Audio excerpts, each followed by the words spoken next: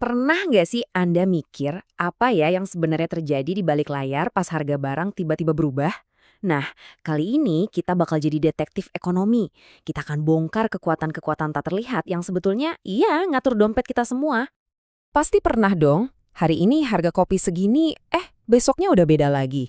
Atau harga tiket pesawat deh, kadang masuk akal, tapi tiba-tiba bisa melonjak gila-gilaan. Ini tuh bukan sulap, bukan juga kebetulan. Sebenarnya, ada permainan ekonomi yang lagi jalan. Dan sebentar lagi, kita bakal ngerti aturannya. Dan ini dia kata kuncinya. Kita di sini nggak cuma ngomongin harga yang naik turun biasa loh, tapi tentang pergeseran. Anggap aja ini kayak gempa kecil di fondasi ekonomi yang bisa mengubah segalanya. Nah, ini dia cerita yang sesungguhnya. Oke, penting banget nih buat bedain dua hal ini. Coba bayangin rel kereta api ya. Pergerakan itu ibarat kereta yang cuma maju mundur di rel yang sama.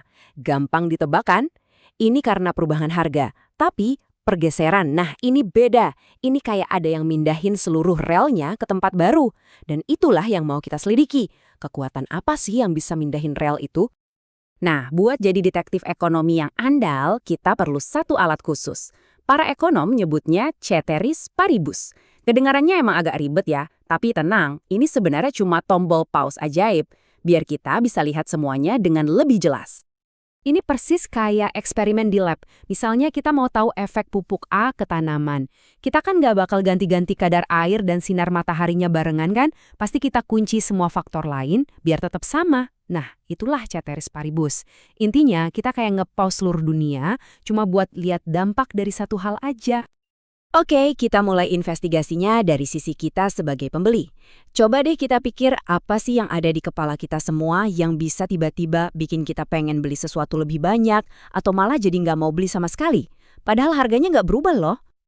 Kenalan yuk sama 5 biang keladi utama dari sisi permintaan. Pertama, ada selera yang bisa ganti-ganti secepat tren di medsos. Terus ada harga barang lain yang saling sikut-sikutan. Tentu aja ada isi dompet kita. Dan bahkan ekspektasi kita soal masa depan. Yuk kita lihat gimana cara mereka beraksi. Nah, ini nih yang seru. Barang substitusi itu kayak rival abadi. Misalnya harga tablet anjlok. Wah, permintaan laptop bisa langsung ikutan terjun bebas. Sebaliknya, barang komplementer itu sahabat sejati. Kayak stick golf sama bola golf. Kalau harga stick golf jadi mahal banget, ya bola golfnya jadi jomblo di rak toko, nggak ada yang beli. Soal selera, jangan salah, kekuatannya itu dahsyat banget. Lihat aja data ini.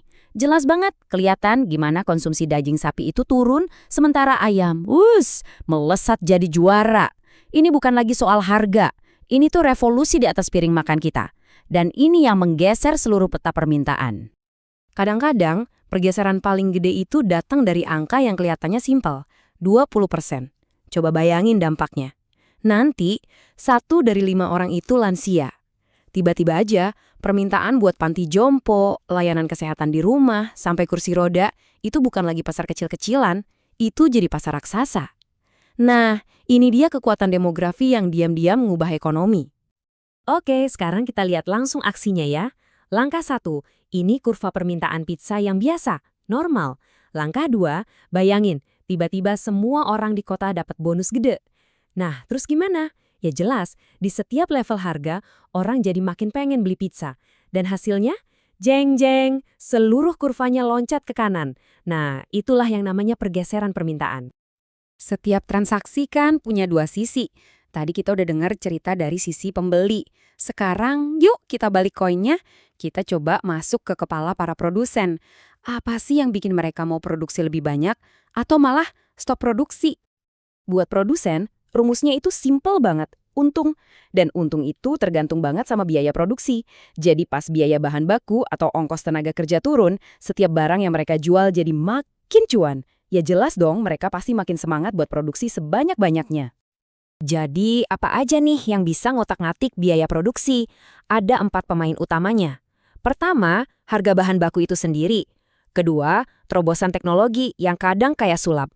Ketiga, kondisi alam, bisa baik, bisa juga buruk. Dan yang terakhir, tentu aja, pemerintah dengan segala kebijakan pajak dan subsidinya. Teknologi itu benar-benar game changer. Contoh paling kerennya ya revolusi hijau. Gara-gara ada benih unggul, petani bisa panen 2 kali lipat di lahan yang sama. Kebayang nggak? Ini langsung neken biaya produksi gandum per kilonya dan bikin pasokan di pasar dunia melimpah ruah. Kurva penawaran langsung geser jauh ke kanan dan ini beneran mengubah nasib jutaan orang. Pemerintah itu bisa jadi rem, bisa juga jadi gas buat produsen. Pajak sama regulasi yang ketat itu remnya. Bikin biaya nambah, jadi kurva penawarannya geser ke kiri. Sebaliknya kalau ada subsidi, nah itu gasnya. Biaya jadi lebih enteng, produksi didorong, dan kurva penawarannya cus, geser ke kanan. Sekarang kita lihat aksi pergeseran penawaran. Ini dia kurva penawaran toko pizza. Terus, waduh, harga keju, bahan paling pentingnya, tiba-tiba naik 2 kali lipat. Sekarang gimana? Biar tetap untung, mereka mau nggak mau harus naikin harga jual. Dan hasilnya? Seluruh kurvanya terpaksa mundur ke kiri. Jadi di tiap level harga mereka jadi makin males buat jualan. Oke, kita udah kenalan nih sama tim permintaan dan tim penawaran. Sekarang waktunya kita bawa mereka ke satu panggung yang sama. Kita lihat apa yang terjadi kalau kekuatan mereka diadu. Anggap aja ini contekan sakti buat Anda. Jadi lain kali dengar berita harga minyak naik, jangan cuma pasrah. Coba keluarin kerangka berpikir ini terus tanya, ini gara-gara permintaan dunia yang lagi gila-gilaan atau jangan-jangan pasokan yang lagi seret? Nah, tabel ini kuncinya. Jadi, harga yang kita lihat tiap hari itu sebetulnya bukan cuma angka. Itu adalah titik temu, sebuah persimpangan, tempat ceritanya para pembeli dan penjual ketemu.